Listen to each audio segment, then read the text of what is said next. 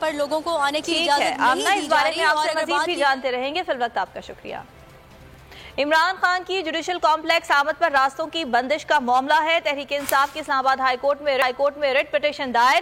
اسلام آباد کے اندرونی راستے فوری کھولے جائیں. فواد چودھری کی جانب سے کہا جا رہا ہے ملک میں آئین اور قانون کی کوئی گنجائش رہنے دی جائے.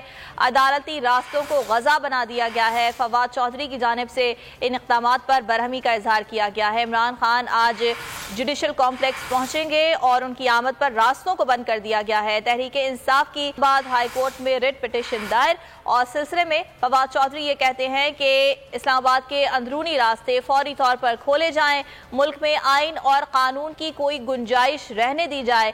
ساتھ ساتھ فواد چودھری نے برہمی کا اظہار کیا اور یہ بھی کہا کہ عدالتی راستوں کو غزہ بنا دیا گیا ہے. عمران خان کی سیکیورٹی کے حوالے سے نہ صرف اقدامات کیے گئے ہیں بلکہ کارکنان کی آمد کو بھی روکا جا رہا ہے اور شہر کے داخلی اور خارجی راستوں پر بھی سیکیورٹی بڑھا دی گئی ہے. کنٹینرز لگا دیے گئے ہیں اور تمام تر علاقوں کو سیل کر دیا گیا ہے اور یہی وجہ ہے کہ فواد چودھری کی جانب سے برہمی کا اظہار کیا گیا ہے. محمد علی جا ہمارے ساتھ موجود ہیں.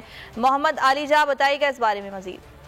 جی بالکل، چیئرمین تحریک انصاف عمران خان کی پیشی ہے اسلام آباد کے جوڈیشل کمپلیکس میں اور اس کے پیش نظر پولیس کی جانب سے سخت سیکیورٹی انتظامات کیے گئے. ایک محاصرے کا سرسامہ ہے، موبائل فون سروس بند ہے، پولیس کی بھاری نفری تعینات ہے، پریزن وین ہے. تو اس کے اوپر شدید رد عمل لیتے ہوئے فواد چودھری کا کہنا ہے کہ اسلام آباد کے اندرونی راستے فوری طور پر کھولے جائیں.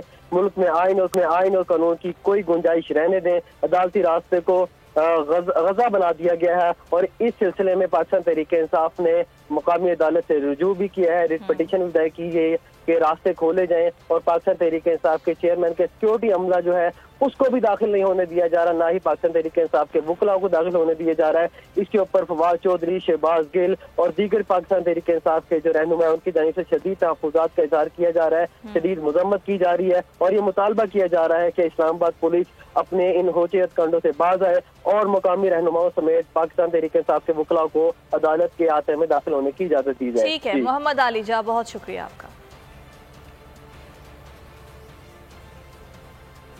آپ کو بتا رہے ہیں عمران خان کی جوڈیشل کمپلیکس آمد پر راستوں کی بندش کا معاملہ ہے. تحریک انصاف کی اسلام آباد ہائی کورٹ میں ریٹ پٹیشن دائر کر دی گئی ہے. اور اب کورونا کی بات کریں گے تو ملک بھر میں کورونا کے وار جاری ہے. 24 گھنٹے